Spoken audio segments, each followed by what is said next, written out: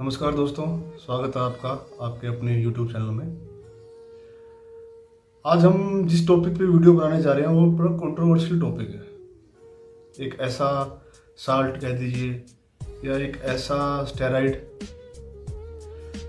जिसको आज के टाइम हर जिम बिगनर यूज़ करता है। उसका नाम आपने थंबनेल में देख ही लिया होगा, डायनाबोल, जिसको हम डियानाबोल ही बोल देते हैं। असल में इसके अंदर एक साल्ट होता है मिथाइन डियोनीन। वो साल्ट है जो मेन होता है। डायनाबोल एक नाम है प्रोडक्ट का, बस तो साल्ट का नाम है मिथाइन डियोन। अब क्या है कि डायनाबोल के ऊपर काफ़ी सारे मिथ्स हैं कि डायनाबोल अगर ओरिजिनल होगी तो रिजल्ट दिखा देगी, डुप्लीकेट डायनाबोल जो है वो बिल्कुल वेस्ट है, ख़राब है। नहीं, डुप्लीकेट तो चलो ख़राब है ही मान ली, लेकिन जो ओरिजिनल डायनाबोल है क्या वो आपको 100% रिजल्ट दे सकती है? सबसे बड़ा मिथ ही है। चलिए सबसे पहले डायनाबोल के बारे में बात कर लेते हैं, फिर डिस्कस करेंगे कि ओरिजिनल डायनाबोल के लिए लोगों के अंदर मिथ क्या है और ये मिथ क्यों है, वह हम इसको बोलते हैं। डायनाबोल 1955 के अंदर स्विट्जरलैंड की एक कंपनी है सीबा, जिसने मिथाइन डियोनन साल्ट की खोज की थी। 1957 के अंदर उसने अपना पेटेंट फाइल कराया था डायनाबोल के नाम से यूएस मार्केट में, और 1958 में एफडीए से अप्रूव होने के बाद ये मेडिकल स्टोर पे अवेलेबल हो गई थी, जो आम किसी भी डॉक्टर के प्रिस्क्रिप्शन के बिना भी मिल जाती थी आराम से, कोई भी इसको ले सकता था। वैसे इसके बारे में लोगों के दो तथ्य हैं, यानी दो अलग अलग थ्योरी हैं कि डायनाबोल असल में नहीं, ये पक्का है कि इसको सीबा ने ही जो है इन्वेंट किया था। कुछ लोग बोलते हैं कि उस टाइम में यूएस के अंदर जो वेट लिफ्टर्स थे उनके फिजिशियन थे जॉन बार्ले जैगलर। कुछ लोग बोलते हैं कि उन्होंने इसको इन्वेंट किया था और फिर सीबा कंपनी के थ्रू इसको मैन्युफैक्चर कराया, क्योंकि जॉन बार्ले जैगलर जर्मनी में गए थे एक बार, और जर्मनी में उस टाइम स्पोर्ट्स में काफ़ी अच्छा परफॉर्मेंस करने वाले एथलीट्स थे, वेट लिफ्टर्स थे। तो उन्होंने उनसे डिस्कस किया कि भैया आप अपने जो है एथलीट्स को या वेट लिफ्टर्स को क्या चीज़ देते हो जिससे इनकी परफॉर्मेंस इतनी अच्छी हो जाती है? तो उन्होंने कहा कि हम इनको टेस्टोस्टेरोन देते हैं। तो जॉन बार्ले जैगलर ने उसके बाद सीबा कंपनी से बात की और शिवा कंपनी ने जो है उनके साथ मिल करके इसको इन्वेंट किया। लेकिन इसके बारे में ये बात कहनी बड़ी मुश्किल है कि जॉन बार्ले जैगलर एक फिजिशियन होकर के इस साल्ट को कैसे इन्वेंट कर सकते थे। वो फिजिशियन थे जो उनकी चोट को, उनकी परफॉर्मेंस को बढ़ाने का काम करते थे। मतलब जैसे किसी को मोच आ गई या कुछ और पेन हो गया, या फिजिशियन का काम यही होता है। वो कोई साइंटिस्ट नहीं थे, ना ही कोई लेबोरेटरी का उनको ऐसा एक्सपीरियंस था। तो मैं ये मानता हूँ कि इसको सीबा कंपनी ने ही जो है इन्वेंट किया था, और उसने ही जो है इसको आगे जा करके मार्केट, क्योंकि जो कंपनीज होती हैं, ये फार्मास्यूटिकल कंपनी होती है, ये काफ़ी सारे टेस्ट करती हैं तो नई नई दवाइयाँ बनाने के लिए। तो इसलिए सीबा कंपनी ने ही इसको बनाया हुआ। अब बात कर लेते हैं कि ये इतनी पॉपुलर कैसे हो गई वेट लिफ्टिंग में, जिम में, या बॉडी बिल्डर्स के या एथलीट्स जो इसको लेते हैं। ये परफॉर्मेंस को बढ़ा देती है, ये बात होती है। एक सुपर वुमेन वाली जो है आपके अंदर पावर आ जाती है, अच्छा पंप आता है, आपकी मसल ग्रोथ अच्छी होती है, वाटर रिटेंशन जिसको बोलते हैं हम, वो मसल्स के अंदर काफ़ी ज़्यादा ये जो है प्रोड्यूस करती है। तो इसको 1958 के बाद जो है जॉन बार्ले जैगलर ने अपने एथलीट्स को देना शुरू किया, अपने वेट लिफ्टर्स को टेस्टोस्टेरोन के साथ। आज भी अगर आप कोई बिगिनर्स कोई साइकिल चलाता है तो वो हमेशा एक टेस्टोस्टेरोन का एक साथ डायनाबोल के साथ जरूर ऐड करते हैं, क्योंकि क्या होता है, इसको उस टाइम के जो डॉक्टर्स हैं वो एक मेडिकल टर्म्स के लिए यूज़ करते थे, जिसको एंड्रोजन रिप्लेसमेंट थेरेपी बोलते हैं। एंड्रोजन रिप्लेसमेंट थेरेपी क्या होती है, हमारा शरीर जो है एंड्रोजन बनाना बंद कर देता है। हमारे शरीर के अंदर एंड्रोजन बनना बंद हो जाता है, जिससे हमारे जो टेस्टोस्टेरोन है वो टूटने लग जाते हैं, खत्म होने लग जाते हैं। ये उन एंड्रोजन उन टेस्टोस्टेरोन को बाइंड करके रखता है।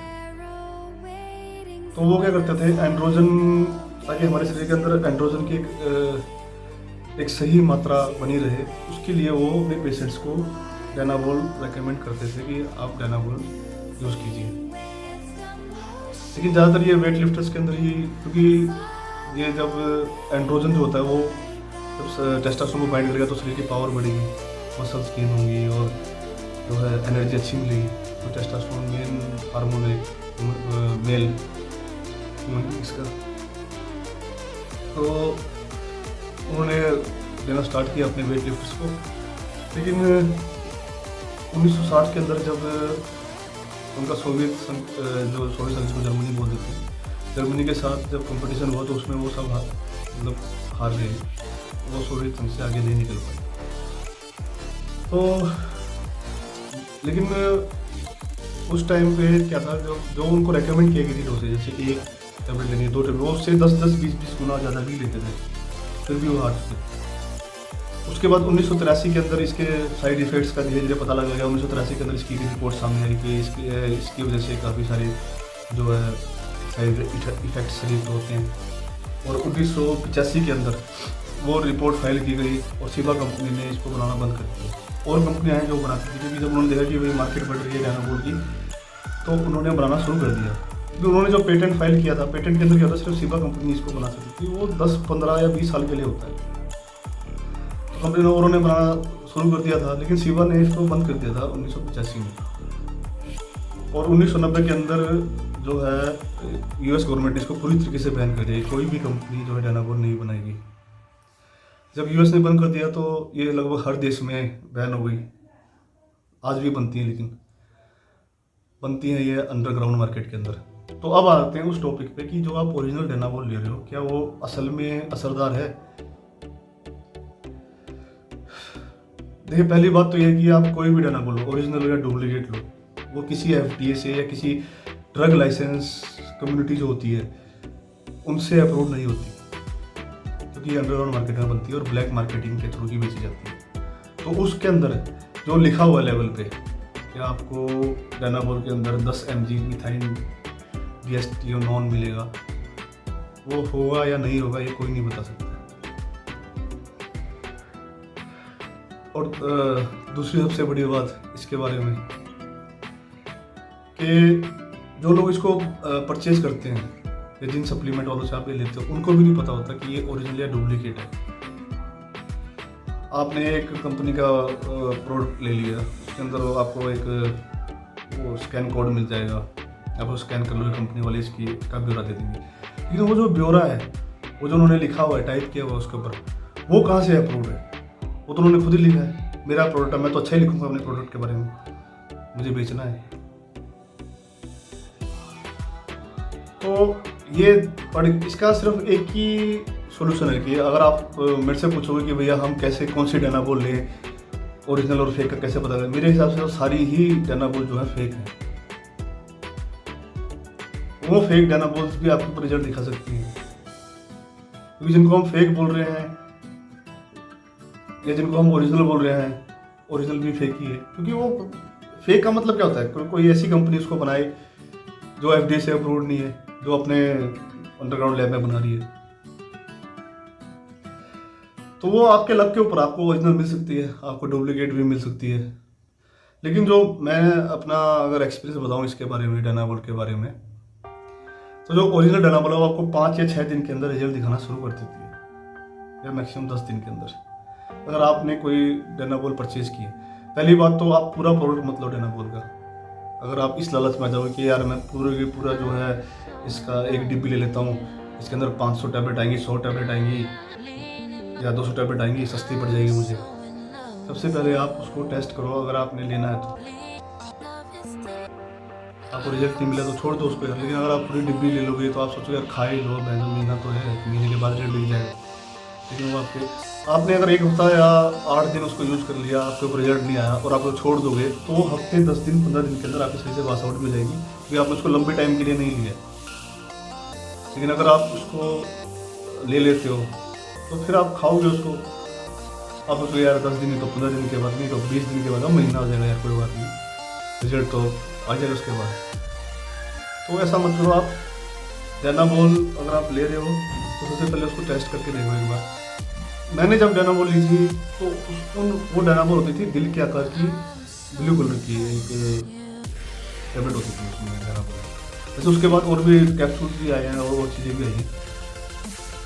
तो मैं जब उसको लेता था, उसका टेस्ट जो होता था वो होता था बिटर, कड़वा कड़वा कड़वा टेस्ट होता है उसका, बिटरनेस का टेस्ट है। तो आप दांत से चबा के देखोगे तो, लेकिन जो डुप्लीकेट होती थी उसके अंदर आता था बिल्कुल चूना। क्योंकि मैंने ओरिजिनल भी लिया, मुझे डुप्लीकेट भी मिली है, और मैंने उनको दांत के नीचे दबा के उसका जो टेस्ट देखा तो वो एक कड़वापन था, मतलब ओरिजिनल का तो कड़वापन था, और जो डुप्लीकेट थी उसके अंदर सिर्फ जैसे लगता था जैसे कोई चूना सा हो गया, चूना खा लिया आपने। ये मेरा एक्सपीरियंस है। आज के टाइम में हो सकता है कंपनीज ने डुप्लीकेट के अंदर भी कड़वापन आ गया हो, मतलब ये मिक्स कर दिया हो कोई ऐसी चीज़ हो तो वो खाने से भी आपको कड़वापन आ गया, क्योंकि लोगों में, क्योंकि उनको भी पता लग गया हो कि यार लोग ऐसे पहचानते हैं अपने प्रोडक्ट को अच्छा बनाने के लिए। तो मैं ये नहीं कहूँगी आप उसको अपने टेस्ट से पहचानो, लेकिन आप अपना दिमाग लगाओ उस चीज़ के ऊपर। आपको लेना है, आपकी लाइफ है, आपको साइड इफ़ेक्ट्स और इफ़ेक्ट्स आपके ऊपर होंगे वो चीज़। अब बात कर लेते हैं डेनामोल की डोसेज के बारे में। डेनामोल वैसे मिनिमम 10 mg से स्टार्ट करनी चाहिए, उसके बाद आप उसको एवरी वीक बढ़ा सकते हो 20 mg, फिर 30 mg, फिर 40 mg।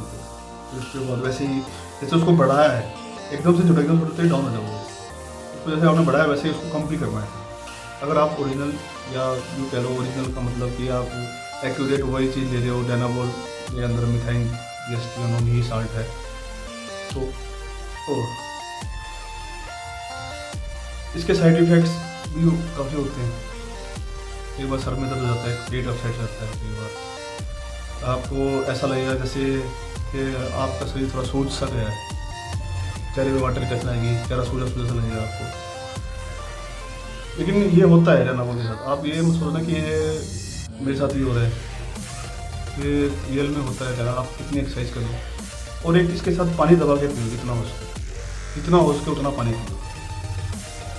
जैसे कोई भी अगर आप स्टेरॉइड यूज़ कर रहे हो उसके साथ आपको पानी दबा के पीना ही चाहिए, पीना सब स्टेरॉइड ही नहीं, वैसे भी सबसे ज़रूरी चीज़ है पानी अपने शरीर के लिए। ये तो सबको ही पता है, जितना हो सके तो, क्योंकि पानी के थ्रू ही जो न्यूट्रिएंट्स हैं वो हमारे बॉडी के पार्ट्स में पहुंचते हैं, वही उनको फ्लोट करता है बॉडी के अंदर। बाकी आखिर में इतना ही कहना चाहूँगा मेरे भाइयों, अगर आपको मसल्स बनानी है, मैं ये नहीं कहूँगा कि आप नेचुरली एक हल्क हो जाओगे, नेचुरल तो ये तो मैं झूठ ही बोलूँगा आपको कि अगर आप नेचुरल तो आज तक वो नहीं हो पाए, तो यूट्यूब पे इतनी बड़ी बड़ी बातें करते हैं जिनके 1 मिलियन सब्सक्राइबर है, वो भी आप देखोगे तो इतने से ही हैं बस। तो अगर वो नेचुरल, अगर वो बल्कि हो पाते तो मैं मान लेता कि और लोग बल्कि हो जाओगे। नेचुरल मसल्स की क्लैरिटी या मसल डेफिनेशन आपको दिख जाएगी। लेकिन अगर आप नॉर्मल रहना चाहते हो, फिटनेस शरीर को फिट रखना चाहते हो तो स्टेरॉइड की तरफ कहीं मत जाओ। हाँ, अगर आपको कम्पीट करना है, आपको कम्पीट नहीं भी करना है, लेकिन आपको एक चैलेंज है कि अपने शरीर के साथ, तो एज अ मेडिसिन इसको यूज़ करो, इसका मिसयूज़ नहीं करो। और मत जाओ किसी भी चीज़ के लिए कि यार मैंने एक टैबलेट ले ली, 2 ले ली, 3 ले ली, असर दिखा रहा है, मैं 8-8, 10-10, 15-15 टैबलेट ले लूँगा तो ज़्यादा असर दिखा देगा। इतना लिमिट नहीं बढ़ानी चाहिए कभी भी इन चीज़ों की, और बिना किसी गाइडेंस में तो कभी मत लो। बाकी अगर आपको कोई और इंक्वायरी चाहिए हो तो मैं अपना व्हाट्सएप नंबर नीचे डिस्क्रिप्शन बॉक्स में दे दूँगा, आप उस पर पूछ सकते हो किसी भी चीज़ के बारे में, क्योंकि काफ़ी सारी चीज़ें जो मैं शायद यूट्यूब के चैनल पे ना बता पाऊँ, अगर आप पर्सनली मेरे को मैसेज करोगे तो मैं उस बारे में आपको बता सकता हूँ इन चीज़ों के बारे में। तो धन्यवाद, सेफ रहें, ख्याल रखें अपना।